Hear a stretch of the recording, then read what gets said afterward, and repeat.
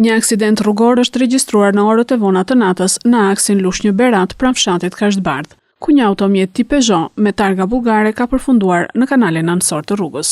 Sipas informacioneve paraprake nga policia, në vendngjarje nuk është konstatuar prania e drejtuesit të mjetit dhe as e ndonjë personi të lënduar. Për këtë arsye, efektivët kanë nisur verifikimet në zonë dhe kanë kontaktuar me spitalet përreth, por nuk është raportuar asnjë qytetar i paraqitur për ndihmë mjekësore si pasojë e aksidentit.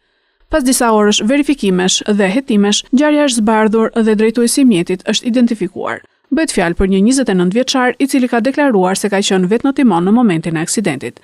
Sipas dëshmisë së tij, të dhënë para uniformave blu, ngjarja ka ndodhur gjatë natës, kur për arsye ende të paqarta ai ka humbur kontrollin e automjetit duke dalë nga rruga dhe duke përfunduar në kanalin anësor.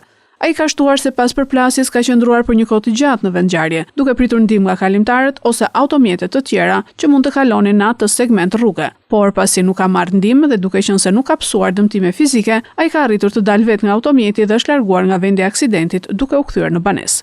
I riu ka pohuar gjithashtu se kishte planifikuar të paraqitej mëngjesin e sotëm në komisariatin e policisë Lushnjë për të bërë denoncimin dhe sqarimin e plotë të rrethanave të ngjarjes. Ndërkohë policia ka nisur procedurat për dokumentimin e aksidentit si dhe për verifikimin e shkanqeve të tij. Dyshohet për humbje kontrollit të mjetit, ndërkohë automjeti është tërhequr nga kanali.